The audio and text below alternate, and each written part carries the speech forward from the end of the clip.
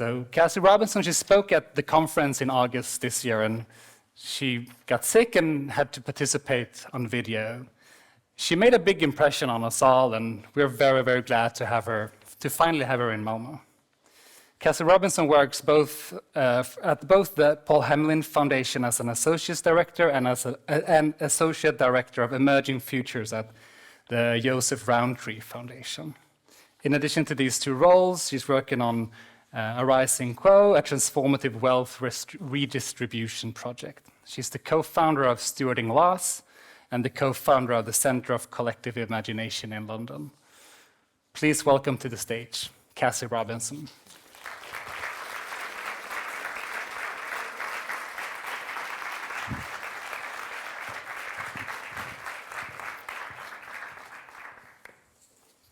Hi everyone, hopefully my microphone's working. Does it sound all right? Yeah. I've made it to Malmo, so that's a better start than last time, and it's really nice to arrive in the snow. And thank you for coming out, because I heard that was unusual weather.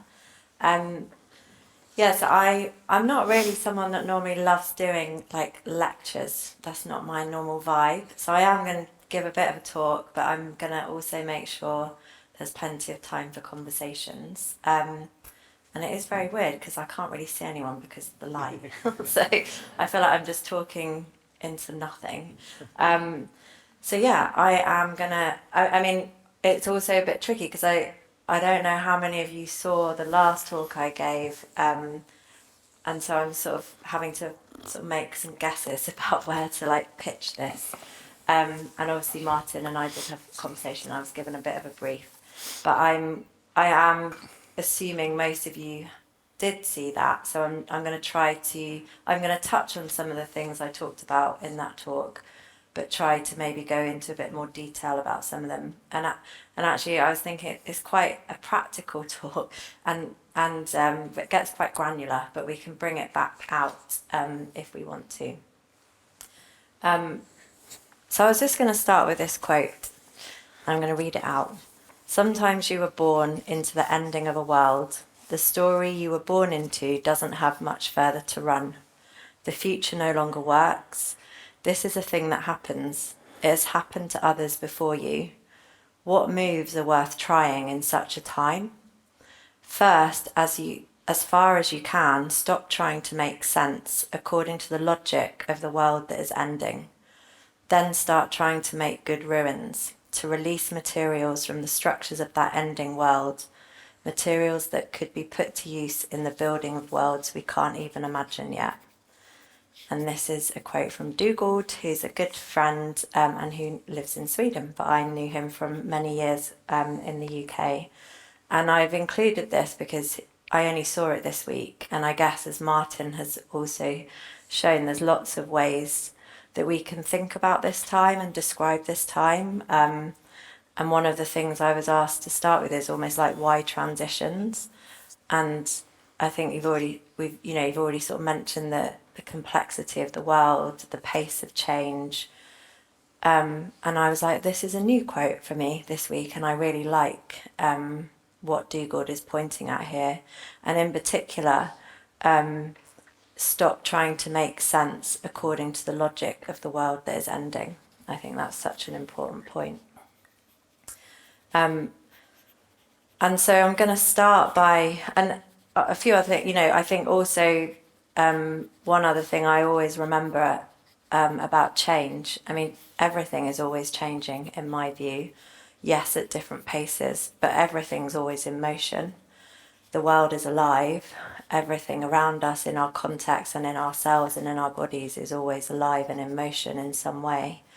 But someone said once, and I can't remember who, change itself is changing. And I think that is to do with the greater complexity, the sort of the way technology has made visible more complexity and connected up things that weren't connected before. So I'm going to start by talking about this model, which I touched on in the talk at the conference.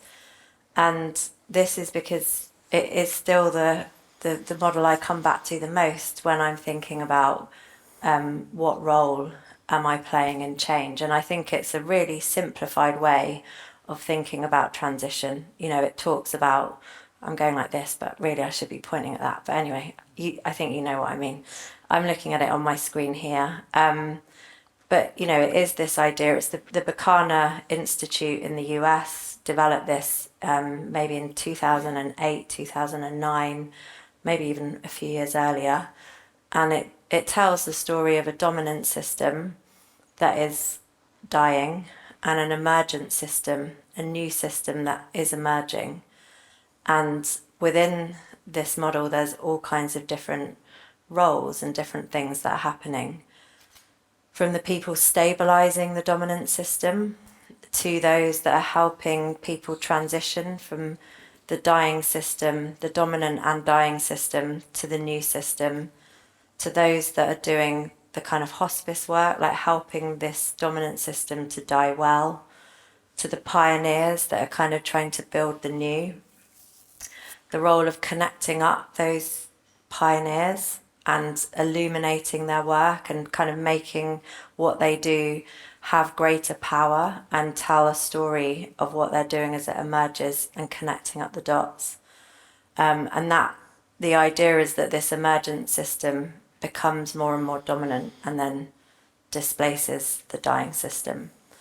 And I guess you can use this in all kinds of ways. You could take it at an organizational level. You could be thinking about your organization. You could be thinking about the design of a funding program, which is what I often use it to do.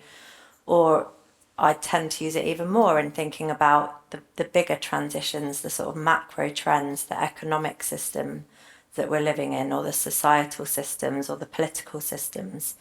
But it is I find it a really useful way of thinking about transition. And obviously it's a lot messier than this. I'm just going to bring up my notes to make sure that I stay on track. And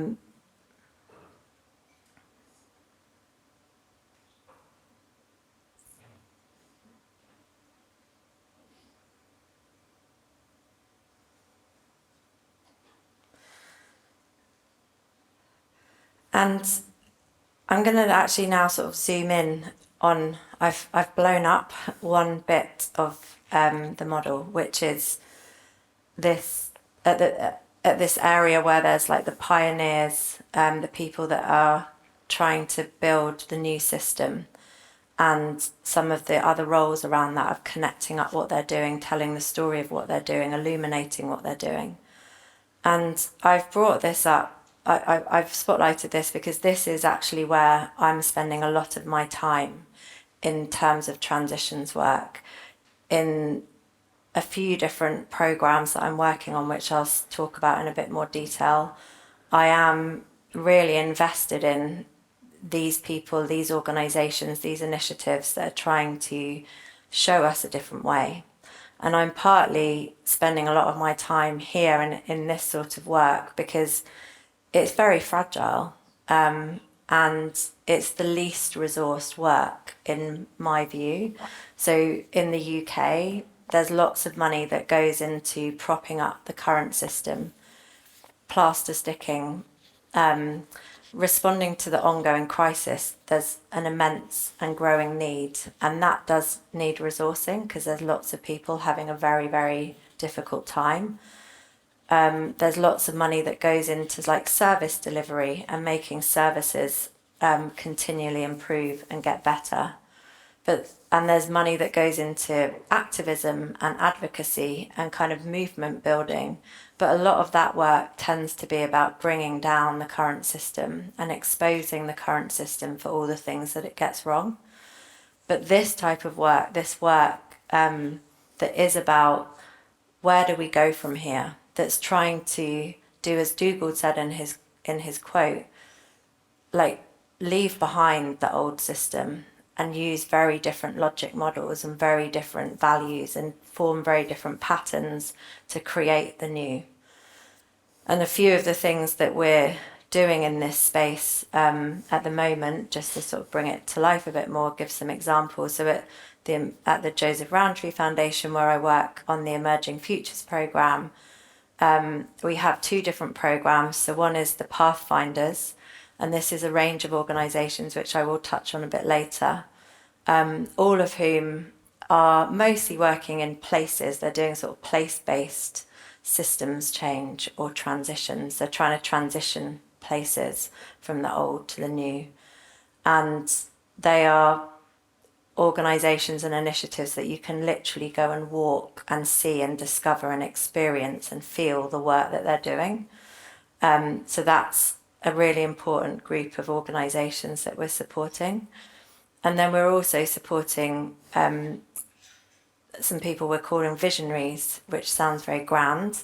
And I think the Pathfinders are also visionaries. And in some ways, it's quite strange to separate out the kind of doers and the builders and the makers and the creatives and the visionaries, because I think they're all visionaries.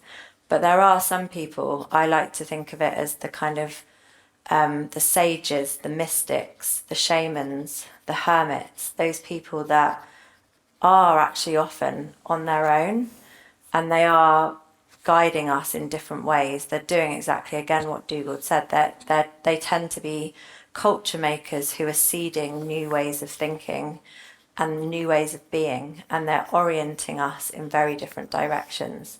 So we're also investing in a group of visionaries. And then at a Rising Quo, which is where I'm involved in this wealth redistribution work again, where a lot of the work there, we're very intentionally trying to resource those that are building the new systems.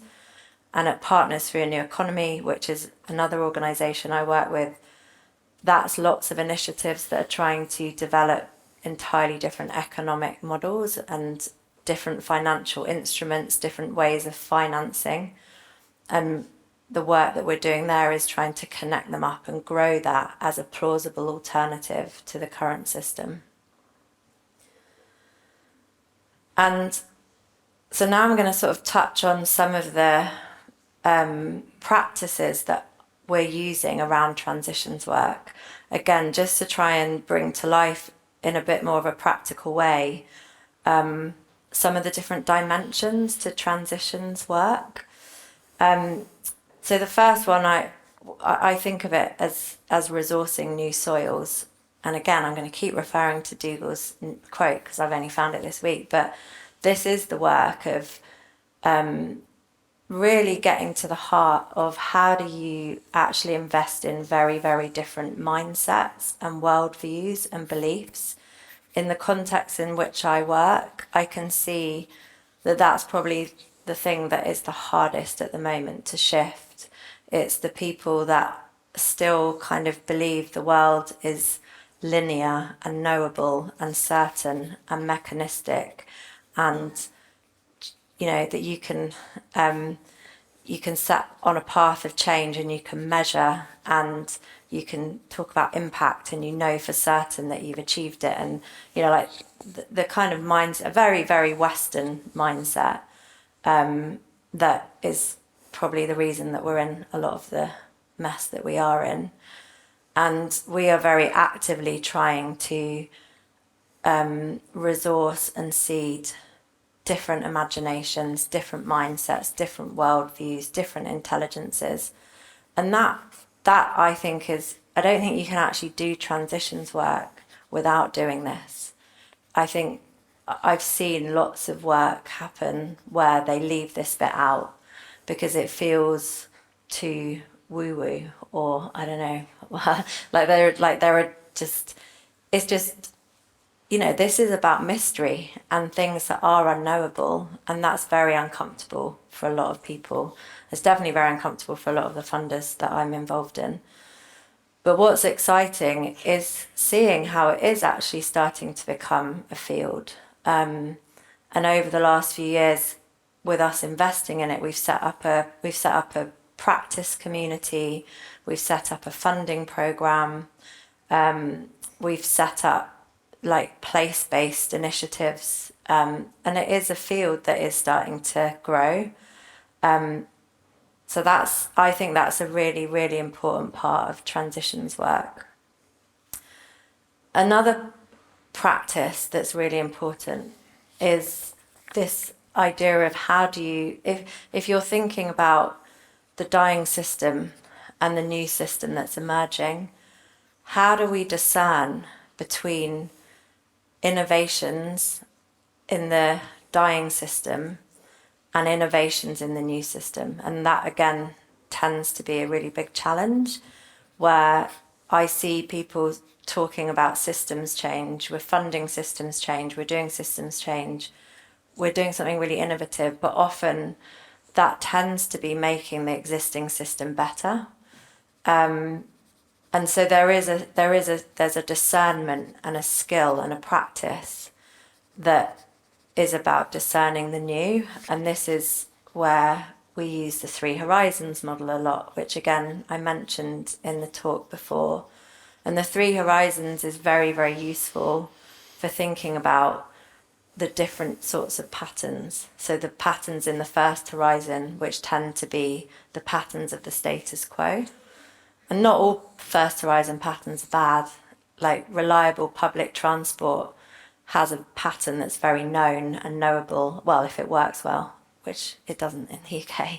But yeah, not all first horizon patterns are bad, but they are the status quo. And the second horizon, the patterns tend to be of innovation and experiments, but they can get co-opted back into the first horizon. And the third horizon patterns are the ones that are telling a different story, that are showing something very different. And so one of the things, I don't think you'd be able to read all these now, but and I can share these slides, but this is another part of the transition practice that we're trying to develop. This is a version 1 of a group of us have been trying to work out how could we equip more resource holders, more funders, more decision makers who are making decisions about where resources go, to discern, to recognize, to attune to some of those different patterns.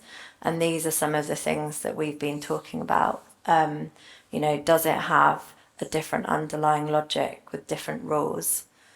Does it require us to see ourselves differently as people at this time? Does it show how it's part of a bigger living system? I won't read them all out, but this is again a practice, I think, of transition, like to really know what are we turning away from and what are we turning towards. And I don't think I know how to do this. I think because it's a practice that we're constantly learning, but it's really important for funders, I think, especially. And then another practice that we've been, developing, which I think can go either way between curation and or complexity, or we're using a framework in a couple of different ways. So this is the third framework that I also mentioned in the previous talk, which is the power shift framework, which was developed from transitions theory. But Tatiana Fraser and her colleague, someone Glass, I don't know their first name, they added in that 4th layer, the soil, the roots and the compost. And so what this framework is saying is that there are these 4 different layers that are important to be thinking about if you're trying to do transitions well, like you're like trying to intervene in these different layers. So the soil, that's where you would have, that's where some of the imagination work and the mindset work and the healing work and the kind of grief work and the processing work and that stuff that's really happening at the root of things. The niche is about more like community level initiatives, new ideas and practices that are happening at that kind of local or place-based layer. And then the regime is about policy and regulation and law and kind of what we talk of as being like the hidden wiring. And I guess also the role of institutions, which I think often gets forgotten by people that tend to do change at community level and at the roots. What's the role of institutions now and in the transitions that we're in? And then the landscape, which I think of more as the big narratives that we're swimming in, the myths, the stories, the other kind of larger cultural influences that we have around us, the climate crisis, the war, or wars. And so there's a couple of different ways that we're using this, which I'm just going to try to bring to life a bit. And one is this idea of curation, and like everyone that we're funding through the Emerging Futures programme, sorry, this isn't about curation, this is about complexity, other way around. We are using those 4 layers as a way almost of assessing the organisations that we're funding to really think, is the work they're doing, has it really got that kind of transition potential? And we are at the moment thinking we can know that if they are working at multiple levels. So we talk about it here as these are some of the characteristics that we use to describe that group. They're the pathfinders. And I guess the one highlighted, so they tend to be addressing change in multiple interlocking systems simultaneously. So they're not just doing movement work or policy work or campaigning work. They are actually working at multiple levels. And we can talk about a few of them maybe when we go into conversation. But that's kind of how we have been trying to sort of select and work with and partner with organisations that we think have the potential to really be taking us through these transitions that we're in. And then I'm really not expecting you to read this. Like, this is just to sort of try and, it's almost like, don't read it. But another way that we're also using that framework is one of the programs of work that I'm leading is about this great wealth transfer, which I mentioned in like my previous talk. So the idea of the great wealth transfer is over the next 2 decades, more intergenerational wealth is going to be passing hands. And I guess we have a question in the work we're doing around wealth. How do you, as a wealth holder yourself, even though it's a tiny amount of wealth compared to these trillions of dollars that are going to be passing hands between older and younger generations, but what's your role as a wealth holder, or what's any of our roles in trying to influence that wealth out of private wealth hoarding and wealth accumulation into like the public good, into the commons, into reparations? And so one of the things that we're thinking about a lot at the moment is like, where is wealth being held? So that's like the supply side, and how do we unlock more of it? And then the demand side is like, how do we then influence where it goes and how it lands differently, and how does it use different kinds of financial instruments and models so it's not re-entrenching kind of the current economic system and its values. And then the circle in the middle is, it's also like, what are some of the hidden wiring, what are some of the like legal things and regulation and policy things that are keeping wealth held in the way that it currently is. And I'm just sort of showing you that because, again, I'm trying to explain more practically how we're using some of the frameworks. So this is where we're trying to curate a whole range of different projects and commissions that we're doing in relation to, we're sense checking all the time. So this is in relation to the supply side, like where is the money being held and how do we unlock more of it? And each of these circles is a different project or initiative, and I can go into a few in more detail if that's interesting when we get to the conversation. But like, for example, one of the things we've done is set up a progressive landowners network in the UK. So there's a lot of wealth being held in assets and in land. But there are actually some landowners now that are wanting to redistribute their wealth, and they don't want to own the land and they want to shift it into community ownership. And they're working out ways to do that. So we're sort of connecting them into this network of peers together. and like we've put that down in the, you know, like that's a kind of movement really, which is why we've put it down in that bottom layer. And we've done this, this is how we've mapped out all of the grants and commissions that we're doing around our wealth strand of work.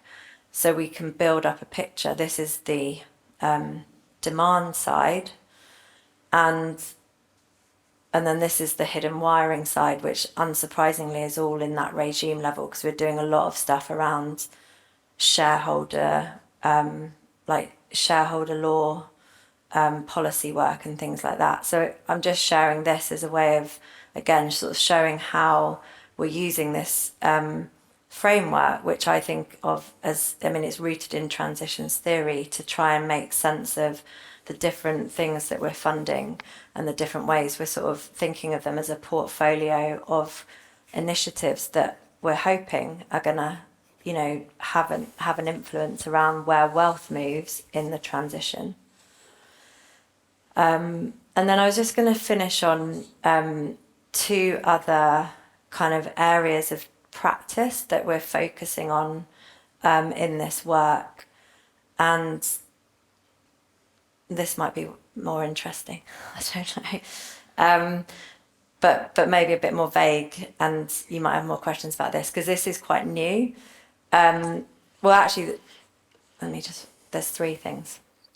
So the stewarding loss work is a growing area of work, which I definitely touched on in the last talk. This idea of how do we play a more active role in the hospicing of the systems that are no longer working. And I'm just sharing this because this is some of the ways that we're starting to think about that work, and the different ways into it. So there'll obviously be organisations, sectors, industries that are just already in slow decline, but they're kind of in denial and they're not sort of facing up to that. And so we're starting to think about, what do we do about that? Is there a role we can play in that? Are there ways that we can incentivise them to like speed up their deaths, I guess?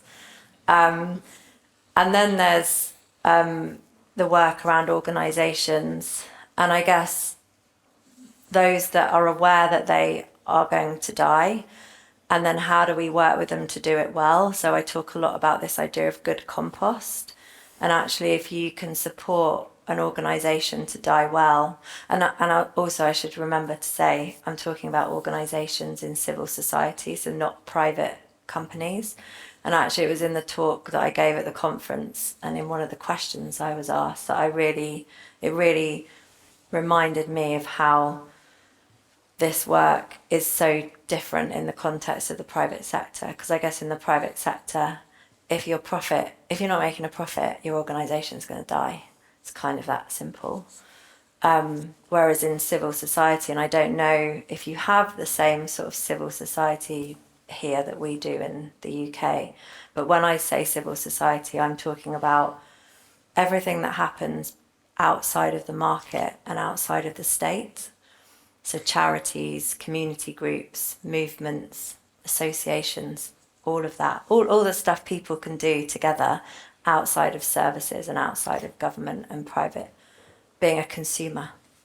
And that does have a direct relationship with philanthropy and like how wealth moves, because obviously philanthropic capital can really determine whether something lives or dies. Anyway, so there's a whole range of things that we're starting to think about more, like in more depth around the stewarding loss work, and some of the new things that we can initiate in this space.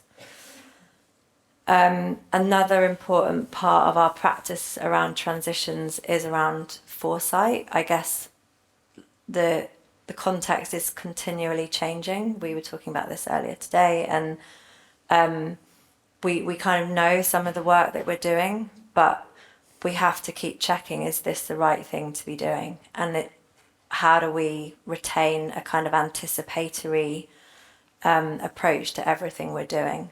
So we're trying 3 different types of foresight work at the moment. One is that we have set up what we're thinking of as a breadth experiment. So we've got 250 signal spotters who we've curated because they either are very, very generalist or they have very deep knowledge. But it's a very, very light touch signal spotting, scanning kind of process that we've created, where they do some scanning every month, we do sense making, we share it back and we share it more widely. And we're trying to just see whether that's useful at that kind of breadth rather than depth. We're also just embarking on a kind of more depth experiment where we're actually working with some of the people that you might think of as the visionaries, you know, these kind of culture makers who are kind of already known for thinking differently. Like, I don't know if you'll know, like Sophie Strand or Vanessa Andreotti, like people that are kind of already pointing us in these different directions, but we're interested in what's a space that we can create for them where they can be a bit more less performing what they already know and people expect of them, and a kind of more of a fumbling in the dark space where we're kind of giving them the opportunity, like what's at their edges. They're already at the edges for everyone else, but like what's at their edges. And then the last one is we're resourcing a group of people who we think of as the trackers, the pattern spotters, the people that are actually working in very different geographies, like across that they work across different countries, they work across different sectors and fields, and we're resourcing them for the next year to kind of, you know, be noticing their patterns and kind of sharing them back with us. And then the last thing that we're really investing in the transitions work that we're doing is around leadership. And maybe that's the wrong frame. I don't know if leadership, I mean, there's a lack of leadership, I would say, in lots of political places at the moment. But just thinking about in the UK, like some of the programs that are called leadership programs, some of the kind of capacity building programs, and how a lot of them really feel inadequate now for some of the kinds of skills and competencies that we need.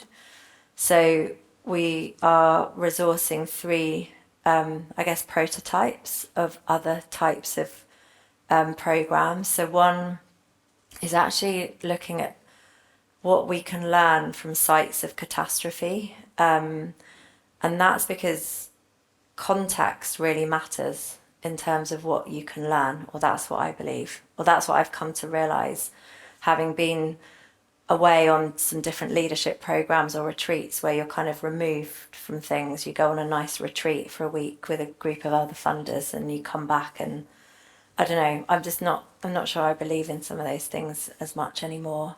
But what's been really interesting is some of the people we know that were living in Greece during the floods in September, like the really, really catastrophic floods, people we know that were living in Chile with some of the really enormous fires there, people we know that were in Hawaii, but these are people that are already trained in kind of systemic learning. So they're not just people that are there because they live there and they're in the crisis. They have a set of skills, which means that they have been able to notice patterns and think about what did it require of them in those sites of catastrophe. How did they have to come together with their community? What did they learn about collective intelligence and collective action?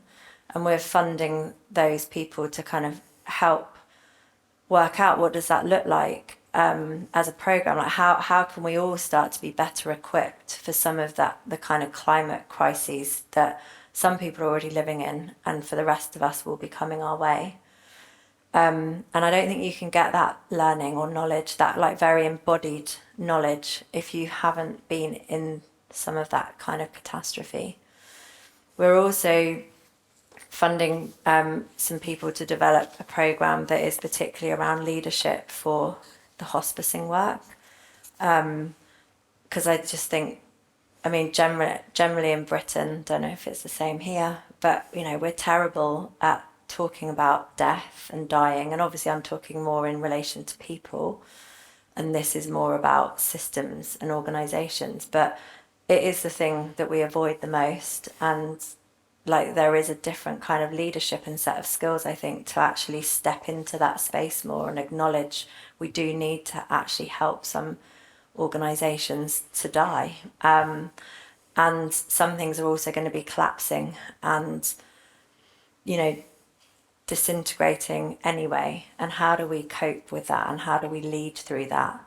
So yeah, I think I don't know enough about that last one to meaningfully talk about it. So I probably shouldn't have put it out there. But hopefully that just gives you a bit more depth of some of the things I was talking about in the talk I did a couple of months ago. And I would love to hear your thoughts or questions.